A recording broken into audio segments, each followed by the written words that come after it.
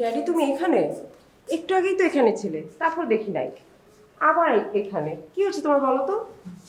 আকাশে অনেক মেঘ করেছে, যে কোনো সময় ঝড় এসে সব লন্ডভন্ড করে দিতে পারে। তুমি কি দেখতে পাচ্ছ না? না তো ড্যাডি, আমি তো এই মাত্রই ছাদ থেকে আসলাম, আমি তোমাকে দেখতে পাইনি। তুমি কোথায় দেখতে পাচ্ছ? এত বড় ঝড় আসছে, তুমি কিছুই অনুভব করতে পারছো না মামনি? ঝড়ে তো কোনো লক্ষণই নাই। তুমি ঠিক আছো তো ড্যাডি? I am fine. সত্যি করে বলো তো, আজ তোমার কি হয়েছে?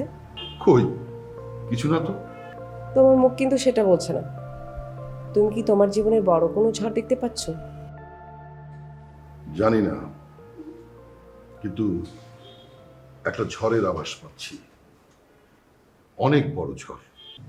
তোমার অফিসে কি কোনো ঝামেলা হয়েছে যা নিয়ে তুমি চিন্তিত, নাকি অন্য কিছু? আমি আমাকে নিয়ে ভাবছি না মামনি, তাহলে কাকে নিয়ে ভাবছো? তোমাকে নিয়ে। আচ্ছা, ধরো আজকে আমার কিছু হয়ে গেল, তখন তুমি এই কঠিন সংসারটা সামলাতে পারবে? তোমার কিছু হয়ে গেলে বলতে তুমি কি মিন করছো ড্যাডি? কিছুই মেন করছি না। মানুষের জীবনে কখন কি ঘটে যায় সেটা কি কেউ আগে থেকে বলতে পারে? না, তা পারে না। এখন থেকে জীবন সম্পর্কে তোমার খুব সিরিয়াস হতে হবে সিফাত। জীবনে যত প্রবলেমই আসুক, সেটা তোমাকে মোকাবেলা করতে হবে। তুমি থাকতে কোনো কিছু নিয়ে আমি ভাবি না ড্যাডি। এটাই তো আমার চিন্তার কারণ। আমি তোমাকে কোনোভাবেই বোঝাতে পারবো না যে আমি কেন তোমাকে নিয়ে এত উদ্বিগ্ন।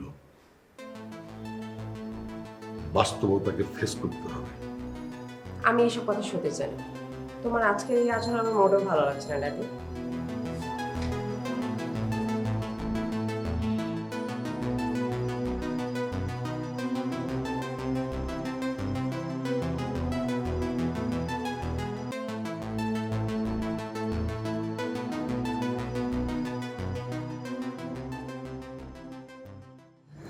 সঞ্জিতা ম্যাডাম, স্যার, গত রাতে যে নাম্বারটা থেকে ফোন দিয়ে আপনাকে হুমকি তুমকি দিচ্ছিল, তার কোনো ট্রেস পেয়েছে?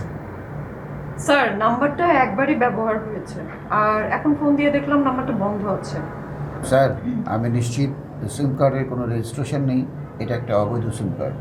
স্যার, অবৈধ সিম কার্ড সন্ত্রাসীরা ইউজ করে, আর এই ধরনের অবৈধ সিম কার্ড বন্ধ হওয়ার প্রয়োজন। ও ঠিকই বলেছে, এই অবৈধ সিম কার্ডগুলো বন্ধ হওয়া প্রয়োজন, তা না হলে সন্ত্রাসী কর্মকাণ্ড কিন্তু বন্ধ হওয়ার কোনো সুযোগ নেই। বুঝতে পেরেছি। অ্যাকচুয়ালি সাহিল আর জেরিনকে অ্যারেস্ট করার পরে বিগ বসের মাথা আসলে উন্মাদের মতো হয়ে গেছে। উনি অনেক ডেঞ্জারাস হয়ে গেছে।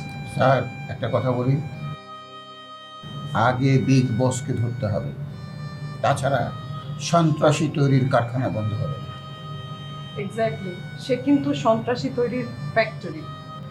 ঠিক বলেছে, কিন্তু বিগ বসকে ধরার আগে তার আশপাশের ডালপালাগুলো আস্তে আস্তে কেটে ফেলে দিত। ইয়েস স্যার, এখন আমাদের টার্গেট বিগ বসকে ধরা। এক্স্যাক্টলি, এছাড়া তার কোনো উপায় নেই। বিগ বসকে আমাদের ধরতেই হবে।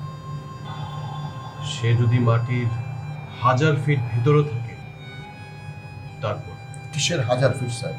সে যদি মাটির 1,00,000 ফিট নিচেও থাকে, তাকে ঘাড়ে ধরবে। স্যার, তাহলে কি আজ থেকে আমরা আমাদের মিশনে নেমে পড়ব? হ্যাঁ, আর কোনোভাবে সময় নষ্ট করা যাবে না। প্রথমে আমি নোমানকে চাই। আমার বিশ্বাস সে কিছুটা হলেও বিগ বসের হদিস আমাদেরকে দিতে পারবে। স্যার, নোমান মানে কি ওই ছেলেটা যার সাথে আপনার বোনের আগে রিলেশনশিপ ছিল?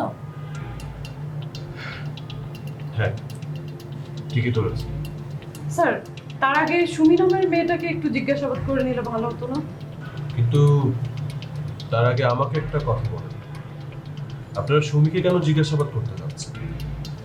স্যার, সুমির সাথে আপনার বোনের আগেও নোমানের একটা রিলেশনশিপ ছিল। সুমিকে যদি জিজ্ঞাসাবাদ করা যায়, তার কাছ থেকে কিন্তু নোমান সম্পর্কে কিছু গুরুত্বপূর্ণ তথ্য বের হয়ে আসতে পারে, এবং আসবে আশা করি। তাতে নোমানকে জিজ্ঞাসাবাদ করতে কিন্তু আমাদের জন্য অনেক সহজ হবে। Are you sure? Yes sir. Okay fine, যদি আপনাদের মনে হয় যে সুমিকে জিজ্ঞাসাবাদ করলে ভালো হবে, দেন প্রসিড। তাহলে ডিসিশন ফাইনাল স্যার। আমাদের এখন মিশন হচ্ছে বিগ বসকে ক্যাচ করা। Yes sir.